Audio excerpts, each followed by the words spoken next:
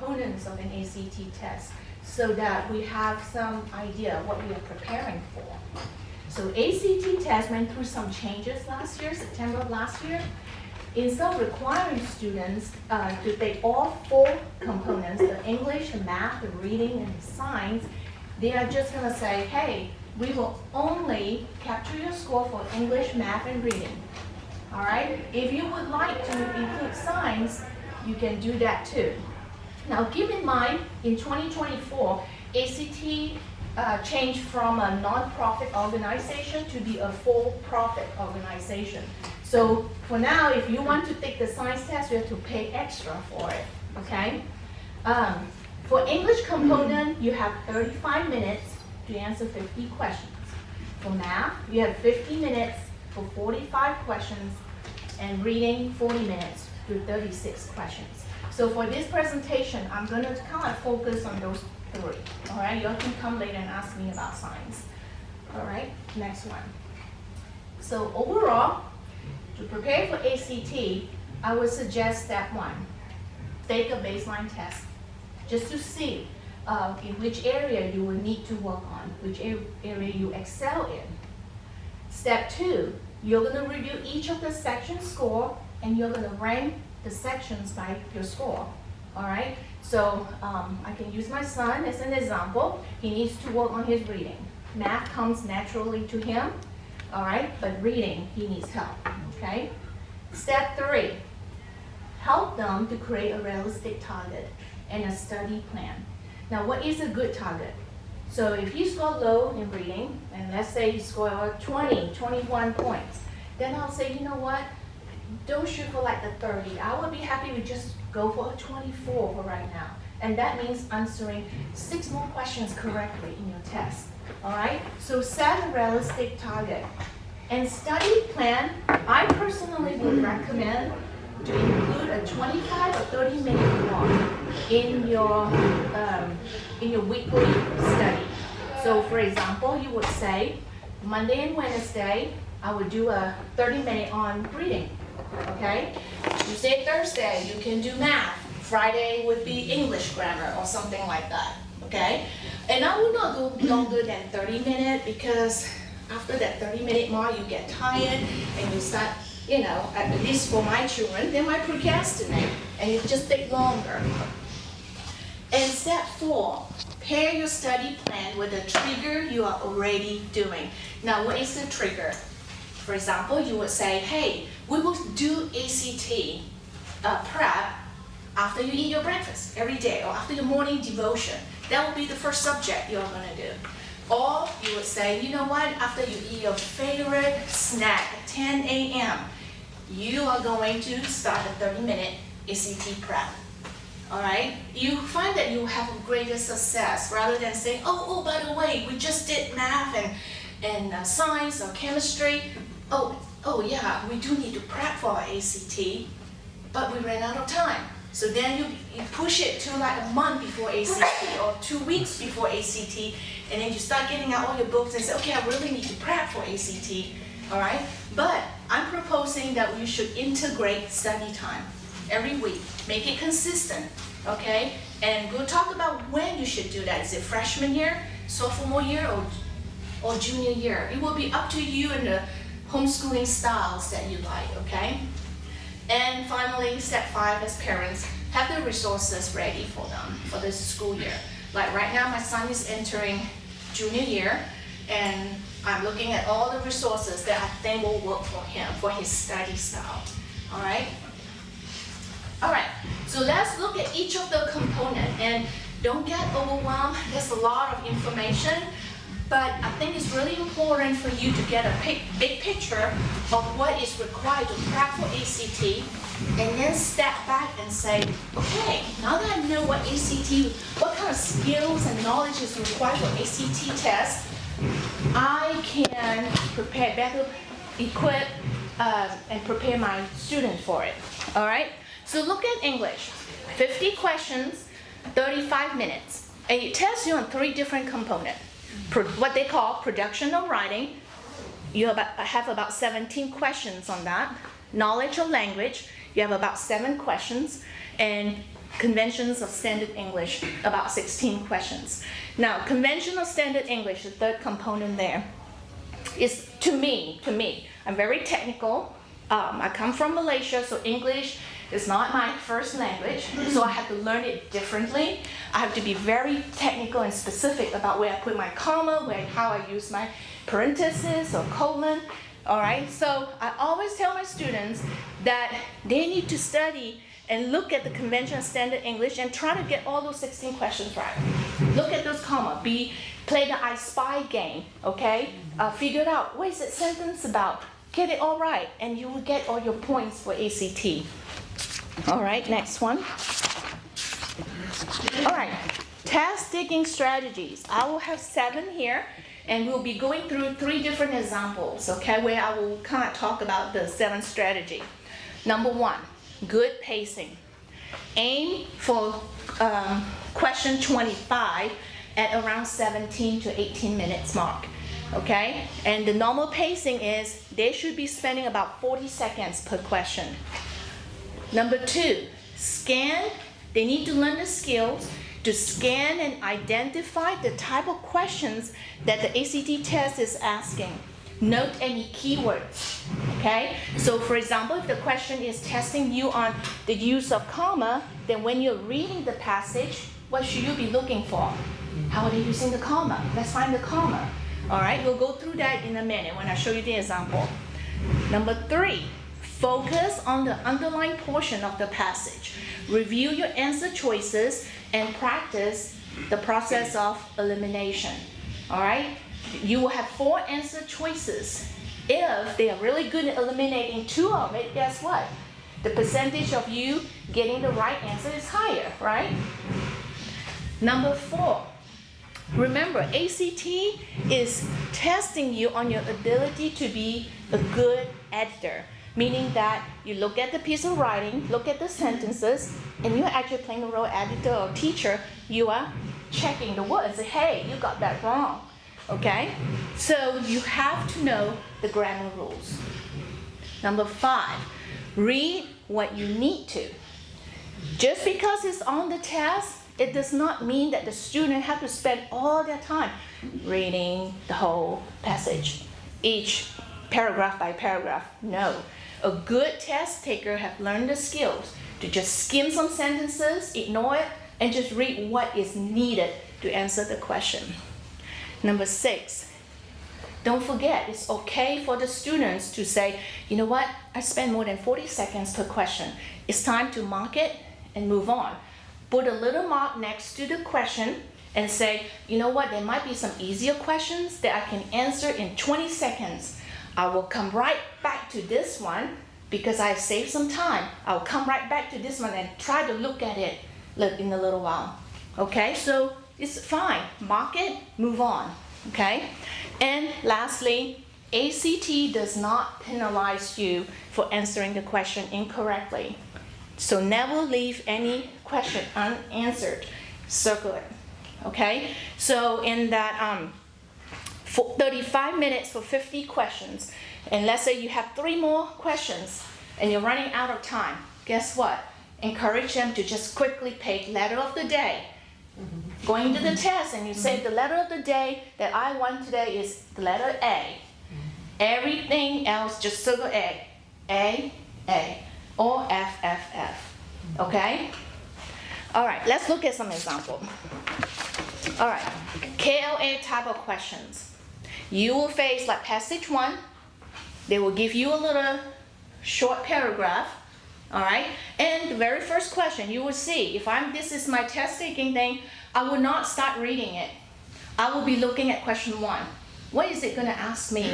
It say which choice is least redundant in the context. And my eyes will also go to the portion that is underlined. Do you see the underline with the number 1 on the screen? Multi-day tournament in summer. Okay, so I know that it's testing me on that particular line to see what's going on.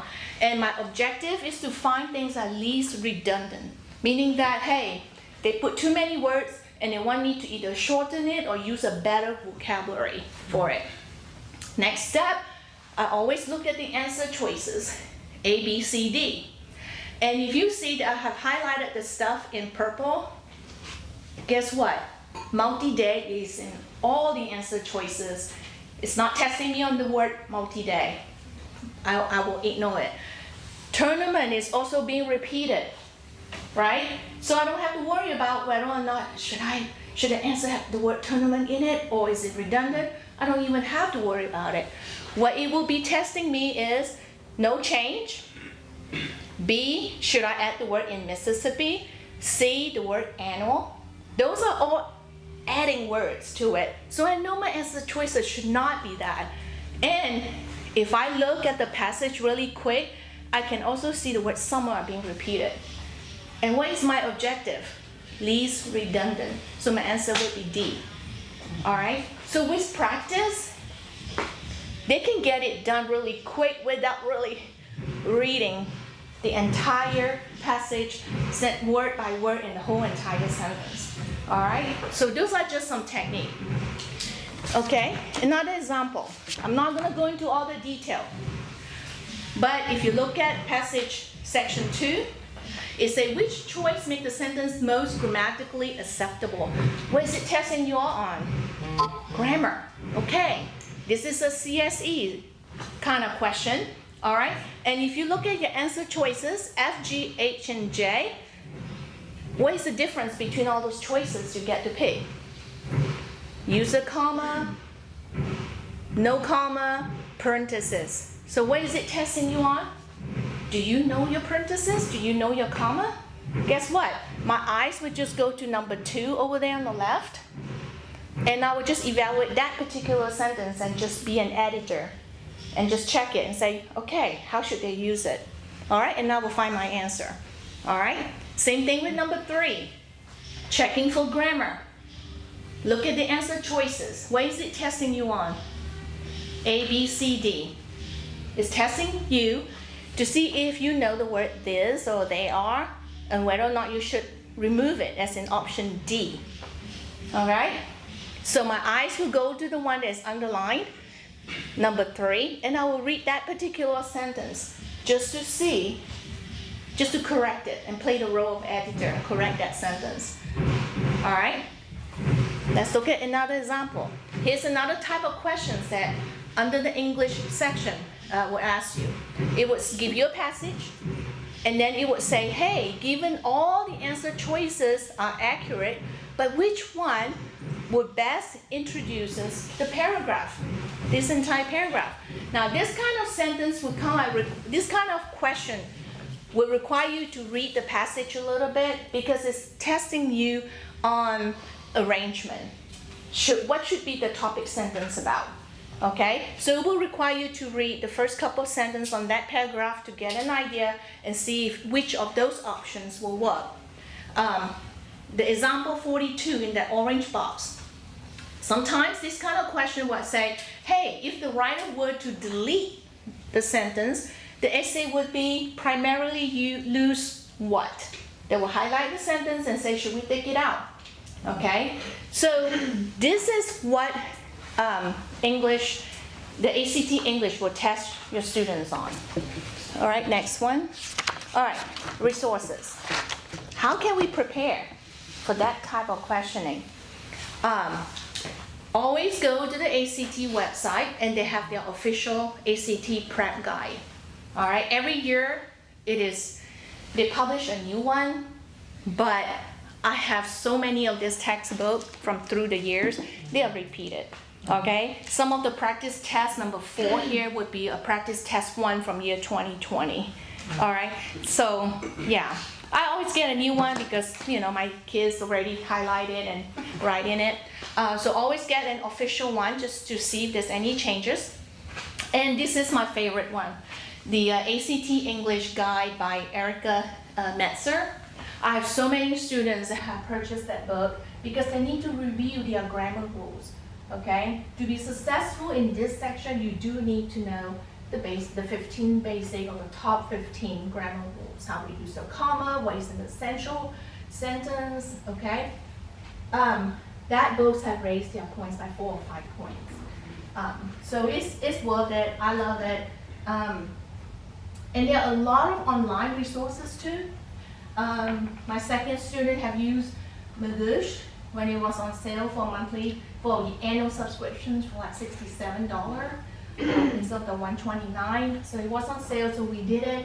And it's a really good review introduction on, hey, this is ACT, let's learn English, math, and reading. This way, here are some techniques. All right, you could go and do live classes, but they are more expensive. But parents, I don't go to Prep Scholar or Kaplan and all that. I literally just get the book, did some ACT prep tests, be sure that they review all the grammar rules that they have learned since young, since 3rd grade, middle school. Edit their own essay. When you are giving them an assignment, say, hey, can you please read this book, The Hobbits? All right, write an essay about it. And then help them to, hey, look at this paper, can you edit it? Or if you have siblings, I would say, give my oldest child and say, can you edit your sister's paper, please? Help them to be an editor. Help them to help you correct something, okay? And that would be a good way for them to practice looking for error, all right? All right, so that's English. Let's move on to math. You have 45 questions and 50 minutes. So, and then divide it into 2 sections. Preparing for higher math, there are about 36 questions. This particular section will include questions on numbers and quantity, algebra, functions, geometry, statistics, probability. And then the last 9, 10-ish question is integrating essential skills. All right, it talks about average, median, area, surface area.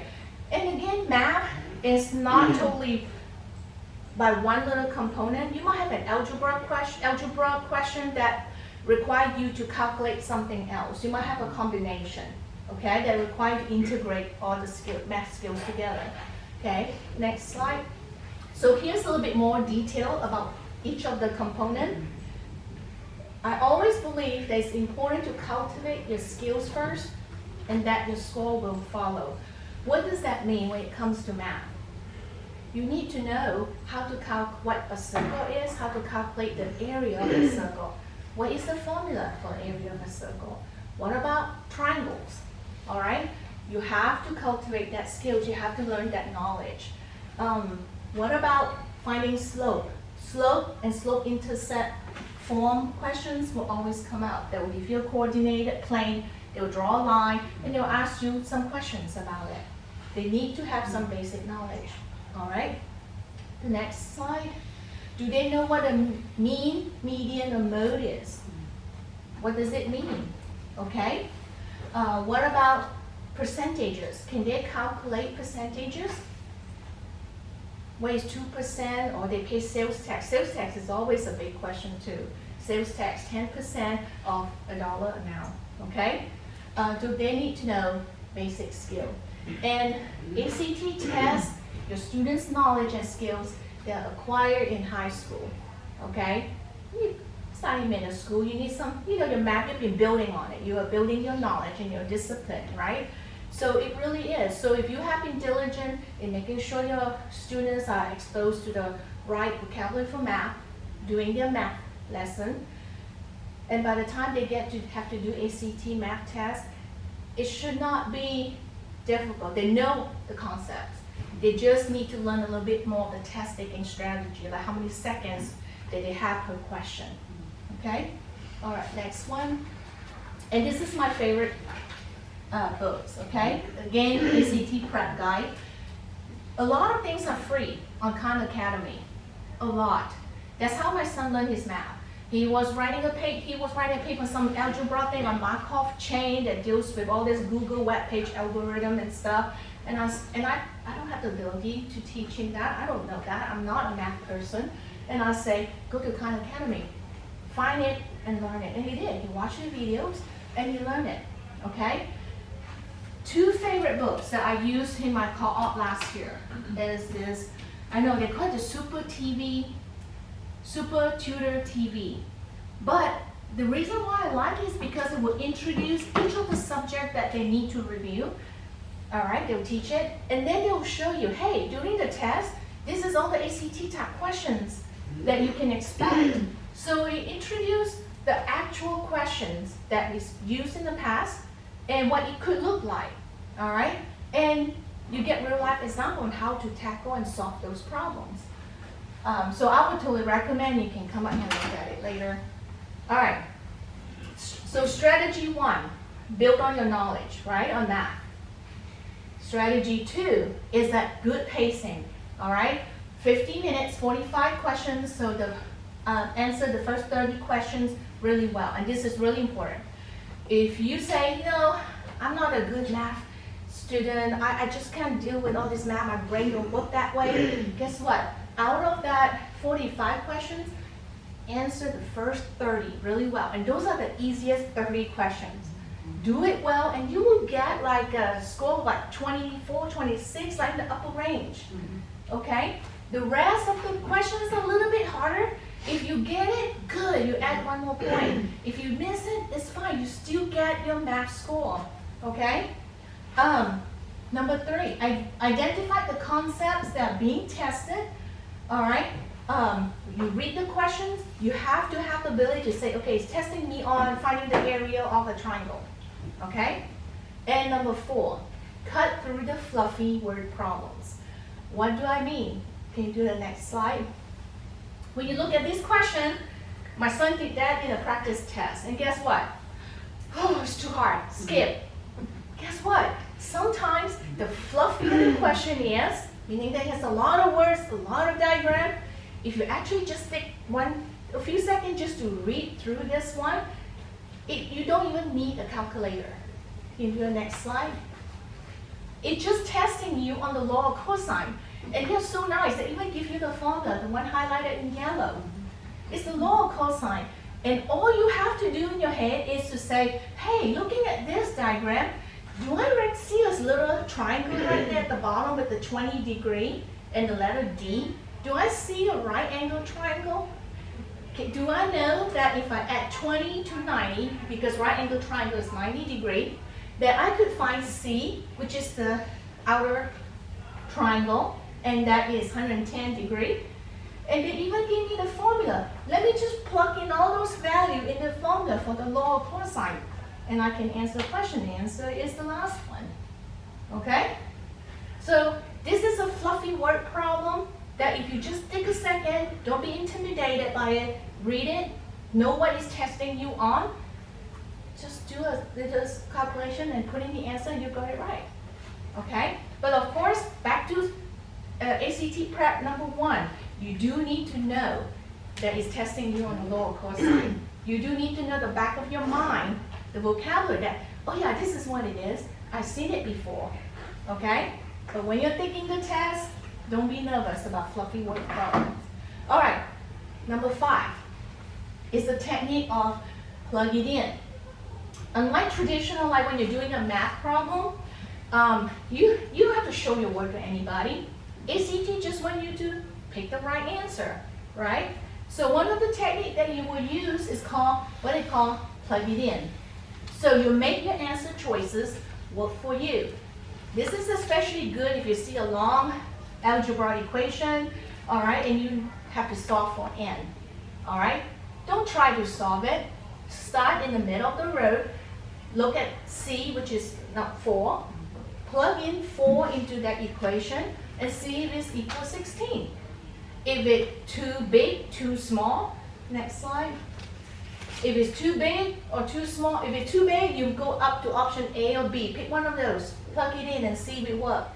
If it's too small, you pick 5 or 6. You see what I mean? Always start middle of the road, pick the choice, and move up or down your answer choices, and you will get it. All right? The next technique, number 6, one more. Okay, this is especially good if you have like some kind of a problem. Like I'm gonna read it because my brain won't work this way. If a W is the first of 3 consecutive odd integers, what is the sum of the 2 even integers between the smallest and the greatest odd integers in terms of W? I hate this kind of questions because my brain don't think math that way and it spins. I was like, what is it trying to test me on? all right? And all you have to do is to simply replace the variables with absolute value. In this case, let's pick a value. Next slide. Let's pick the value, and it's really small. Let's pick a value and say, oh, I like the number 3. All right? You find the value 3, and you say, what is the next 3 odd integer? It's 3, 5, 7. What is the even numbers between it? Is 4 and 6. You add those up, it's 10. So basically, this question is asking you which of those equations will add up to 10. All right? And you have learned the technique of saying, okay, I take the value of 3, I add it into my answer, and just working through A to E, which one equal to 10, and I know B is 10. All right? So this is one of the technique that we use a lot, is replacing variables with absolute values. All right, next technique. Number 7, really quickly. You need to have a calculator. Use the same calculator that you have been using at home during the test. Don't go buy yourself a fancy calculator like a week before the test and use that. No. Buy it now, let them use it, let them practice on it. And every single formula that they need to watch YouTube video on how to use it. Okay? From doing quadratic equation to finding mean and mode. There's shortcuts on the type of calculator you have. So make sure you watch YouTube video and say, hey, I'm trying to solve it using cosine or sine, how to use it. All right? And learn to know when to use it. I was teaching my math class, and I have a lot of students that immediately pull out their calculator and start calculating on really simple equation. And I go, no, your brain is the best calculator. They need to know when to actually use their calculator. A lot of times you might not even need it, okay? So they need to learn to not rely too much on a calculator and, and use their brain. Number 8, as much as I say use their brain, sometimes they cannot trust their brain either. Always write out and mark up your work, meaning that if they are really good doing calculation in their head, my son always do that, but in the moment of stress, when you're taking a test and you're doing fast, you might kind of forget that mentally you have say 5 plus 5 is 10, and then you have to do other things, and you forgot that it's 10 and not 11. So manually write down as they come to each milestone to write down 10 on that next to the question. So they know, hey, if I do some other calculation here in my head, the value I need to pick up and add it back in is 10, and it's right there on the paper, okay? Learn that technique because my son had made some mistake doing mental math, and he's good at this, but he never write it down to help him remember, all right? And number 9, same with English, learn to mark and move on. Some questions, especially after the first 30 questions, will get a little bit harder, okay? It's perfectly fine. Mark it on the corner, come back to it if you have time. If not, guess what? Be sure to come back to it and pick your letters of the day. Guess strategically, okay? And number 11, we're in the world of AI. There are many times when they can be self-learner. You put in a math question into your AI and say, please show me step by step how to solve this math equation. And guess what AI will do? It literally shows you step by step. And then, so last year, I decided that I need to teach my co-op. I'm gonna make myself go back to high school and really learn the material so that I could help my son, okay? I want him to do well. So yes, every day, every week, you can tell my child will be saying, what are you doing, Mom? I'm studying. I'm looking back. I'm looking at techniques on how to do it better, how to learn it better, okay? And AI really helped me a lot, okay? All right, so that's math. Sorry if I'm rushing. Okay, ACT reading. 3 sections. You have 40 minutes, 36 questions, and there are 4 passages, okay? And which means there are 8 to 9 questions per passage. What are those passage on? Can you flip the next one? All right, passage A, the technique for this is that you need to answer certain question, like question 21 to 24 for passage A. So you'll do the same technique, you preview the question, just read the section for passage A, answer the question, and then go back to passage B and do the same thing. All right? And the next one, okay. I know I went through this really fast. Did I do all this in 35 minutes? I did. All right, it's 35 minutes. All right. So do y'all have any questions before I turn it over to the student panel? Yes. You have the physical book. Yes. And there's practice tests in it, so you write in it? Mm-hmm. Okay. So Yeah. I was looking at the library to see, but then obviously you'll want to write it. Yeah. Yeah, The I- library have all these books too. Yeah, I saw they had a digital format, you can proctor tests, but I was wondering if I needed to Yeah. write it. Yeah, Oh. I would recommend just checking it out, Yes. copy and printing what you need at home, and then writing in those. Yeah. And I forgot to mention this. There are 2 ACT practice tests online that you can print out and give that to your student and score them. That would be your baseline test. All right? Yeah, you don't have to pay for a live test. Yes, Sorry. those are free. So baseline test, do it online. Everything is self-explanatory. It's really easy. You will see where their, weaknesses, things that they need to start working on first. Okay. And again, how many of you have students who will be taking ACT soon? Like, okay, a few. How many of you, like maybe in 2, 3 years, 4 years? You have some? Okay. So if you have students that are just entering freshman year, guess what? You'll have time. Don't worry about it. I'll talk briefly. This is my daughter, by the way, Caitlin, who is heading to law school in Notre Dame. Can I share with them your score? Okay. So I prepare her by just simply doing picking up all the necessary skills. Do reading. Read the books you like. All right? And I will do intentional reading. It's important to practice saying, what is that paragraph all about? Can you tell me? Okay? And I remember her telling me she was reading, is it George Washington Farewell Address? It's hard for me to understand. So I looked to her and I said, you know what, looks like you understand it. You tell me the main idea paragraph by paragraph. You look at all the difficult sentence structure and figure it out, what is the subject of that sentence, and explain it to me. We went through the exercise of breaking down difficult text. All right, and you can start that early, middle school, using short passages, and then just build it up, make it harder and harder. By the time they take the test, it's natural to them. They can read the passage, they can answer the question. The only thing that you're preparing them for is how much time they have to answer the question, how fast they have to do it, what keywords to find, okay, and what choices to make. Sometimes ACT try to trick you and call it a little trick question, so what to look for, okay?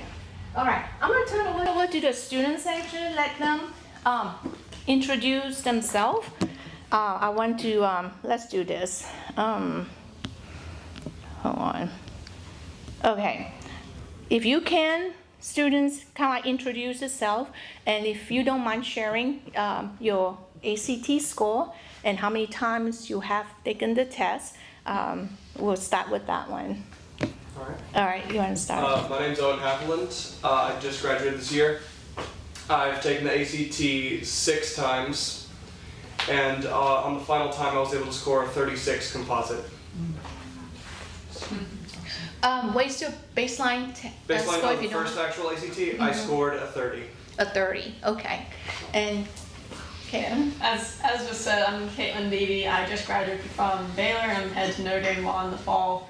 I wound up scoring a 35 and my baseline was 29. And I think I took it twice officially. Yeah. And she didn't take it too much. She's in the middle of junior year, even. Okay. COVID existed. COVID. It was a COVID year too, so. How many times do they let you take the ACT? Like, You can take it, what, 10 times? I think the limit's like 12. Yes. I heard of one guy before that who took it 18 times Yeah. from an online class. Yeah. But watch out for that. Sometimes they get burned out. Or sometimes here's the other thing to look out for. They might get so used to answering the ACT thing in a certain way, and they didn't realize that they are doing it, and it becomes set as a test taking habit. So, I would say just prep them at home without them knowing you are prepping them, all right?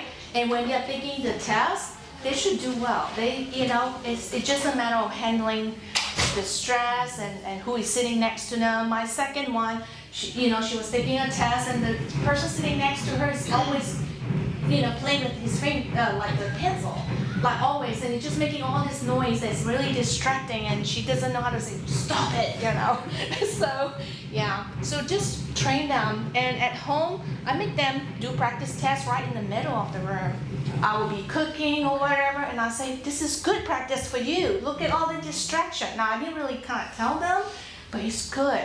So, as home educator, do what works in your family, but know the end goal, what you would like them to do, and just implement all the skill sets. Quickly, read something really quickly to a sibling.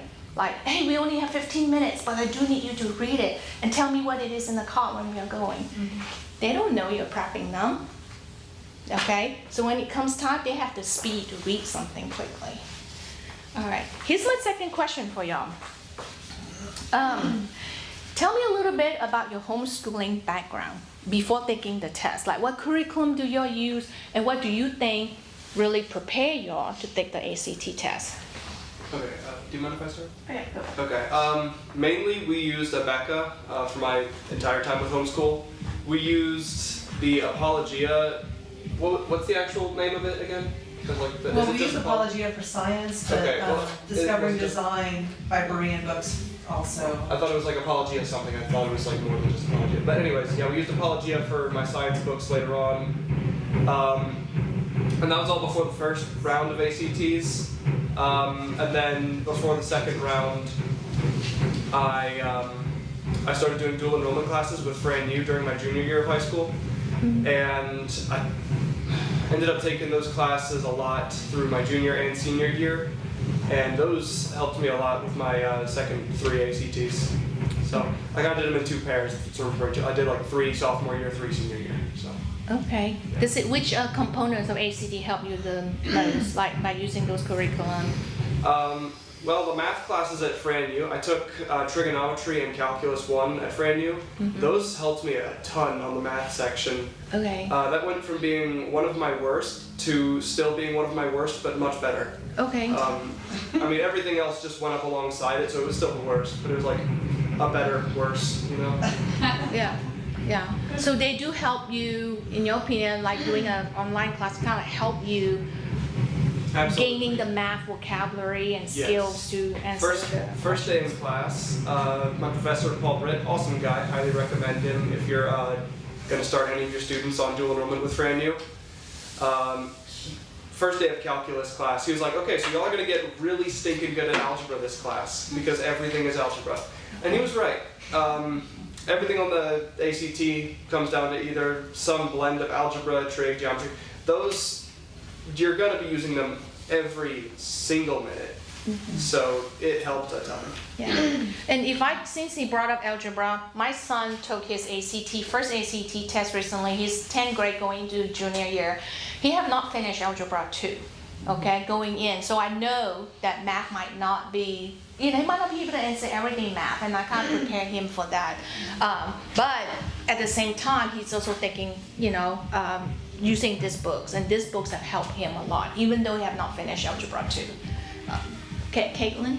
Oh yeah, I mean you would know more probably than I do. But I did a CC, I did classical education, probably as is relevant for ACT, definitely for English. Kind of paradoxically, Latin was like the best subject, so not even English. Just like being aware of grammar, like we use language like fish in water, we don't even know the water, but ACT asks you to know the water, and learning a different language helps you to know the water. Something else I just randomly recommend is Elements of Style by Strunk and White. Phenomenal. Really short. It's great for writing as well, so if that's a thing. What was it? Elements of Style by Strunk and White. It's a book that is recommended through CC Classical Conversation, but guess what? when I was home educating her, I never opened the book or touched the book. I literally say, I'm busy with other kids. Can you please read it? And she's more than willing to read it. And as you can tell, she's more of the reading, the English side. Caitlin, what do you find math to be difficult? I'm gonna ask you that. Yeah. Math was the struggle section. I hated every minute of it every single time. But I don't even know. I think I erased that chapter of life from my brain because I was like, PTSD. So, but you did well in your ACT score. So, do you remember what you did to help you? Yeah, that was the one section where it's like, I feel like I need to deliberately practice this the ACT way and to like be very intentional about the skills that's testing for and like learning those.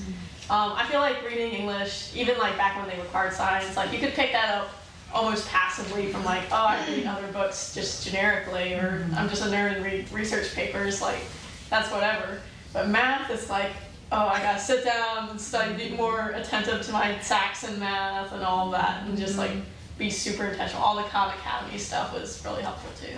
Yeah, and I remember at one point, I'm not comfortable teaching trigonometry to her, and there's some questions, the harder questions on ACT math that require that knowledge. And I remember getting a tutor for 2 hours just to help explain that concept to her. And once she got that, she's on her own and she got it. So don't be afraid to ask for help, even from other moms. As Jessie Ledger was saying, there's a mom who's good in algebra. Oh, go ask the mom. Say, hey, give me some technique. Let's sit together as a coffee and do it. All right. Here's my other question. What study habits would you share with everyone? If you think back, what is the top 2 study habits that you would encourage someone? Well, the main things I did for studying, I really only used the official ACT prep guide. I didn't really use any other resources. I think we used one at the very beginning. My very first practice test, we did like an online practice test, and then we never did that again. So I would say go through the full ACT practice tests. Take it with exactly what you'd be using on the actual test, same calculator, same pencils preferably. Get yourself on the timer, of course. And then when you're going over it again, have somebody else go over it with you. Like for instance, my mom, Sonia over there. She would have the answer key and I'd have the test book. And she would tell me what I missed and nothing else, and just have me rework it from scratch. Yeah. If she were to tell me what I actually answered, that makes it easier because I can process of elimination at least one of them out. If she tells me what the right answer is, that doesn't help me learn as much because recognizing why it's the correct answer doesn't help me as much as figuring it out for myself. So I'd recommend going over it with your students, holding that answer key hostage, and forcing them to rework it until they understand. Also, just like you said, passive reading. The more they read just in their free time, the quicker they can like read things and understand them and know like what all they need to find. That's just going to help you unanimously. Like even on the math section, it'll help you out. Mainly on the reading in English, but I would highly recommend you encourage them to read something in their free time. Okay, Caitlin? Yeah, probably my whole philosophy of it, I don't know if it's a study habit, but my philosophy of it is like, don't think of like studying for the test, think of like improving yourself, or I guess your student, into the sort of person who would do well on whatever test is thrown at them. And so definitely, most of my studying probably was not even specifically for the ACT, it was just passive reading, it was just doing normal school stuff, and just like being good at that and being on task with that really helped. It really covered a lot of the bases, and then by the time I was actually doing ACT, it was just like, oh, here's the time constraint. I mean, that is the thing, is time constraint, and things like that. Another tip I have is to prepare for things like harder than they're actually going to be. Like I guess it's not as relevant because it's not like mandatory anymore, but like the science section, like back when you used to take it, I mean, it wouldn't be like super hard academic like level stuff, but I would read academic level stuff and be good at just understanding what was being said in like a fancy research paper about, I don't know, psychology or epidemiology or whatever. And if I was good at understanding that under like no time constraint, then I could totally do something easier under a time constraint. And so things like that, reading harder stuff will make you better reading easier stuff, and doing harder math makes you better. Yeah. So that'd be my other tip for sure. Yeah, and expose them. I just want to end with this. Expose them to all different types of literature, different possibility, and also what they aspire to do, and then work backwards. So if let's say they wanted to go to a specific university that requires certain ACT skills, just work backwards. Say, hey, what does it take to get there? Let's learn the skills to prepare you for day one of college. And you cultivate the skills, and I think the ACT score will come. And as much as I want to say it, we can all prepare for this, but ultimately we are doing it for the glory of God. And the Lord have ordained our steps. He has a plan. I might, as a homeschooling mom, I have a plan for my kids, and I have an idea about what they like, but ultimately the Lord has a plan, and His plan is far better than my plan. Because just looking at each of my child, my Caitlin, we never dreamed that she would be able to get scholarships to go to Baylor, and then now full scholarship to go to Notre Dame Law. The Lord provided, because you do your work, you do your diligence, you just prepare yourself, and we prayerfully see what door opens. And taking ACT test is just a step in trying to get a door open if they want to go to college or do the next thing, So just always instill in them since young. Just prepare yourself. You never know what the Lord had prepared for you that require you for a simple ACT score. Okay? So let me end with prayer, and then I think that's the end of the session, I think. Okay. All right. Lord, thank you so much for bringing all of us here, parents and educators at home, to this conference and to this ACT prep. And I know it's our desire of heart to see our child excel in all the things that they do. But Lord, I know that you have ordained their steps. You have a great plans for them. So in the years to come, help us to find the resources that we need. Help us to prepare, and let our students be confident doing what they need to do and excel in ACT. In Jesus' name I pray, amen.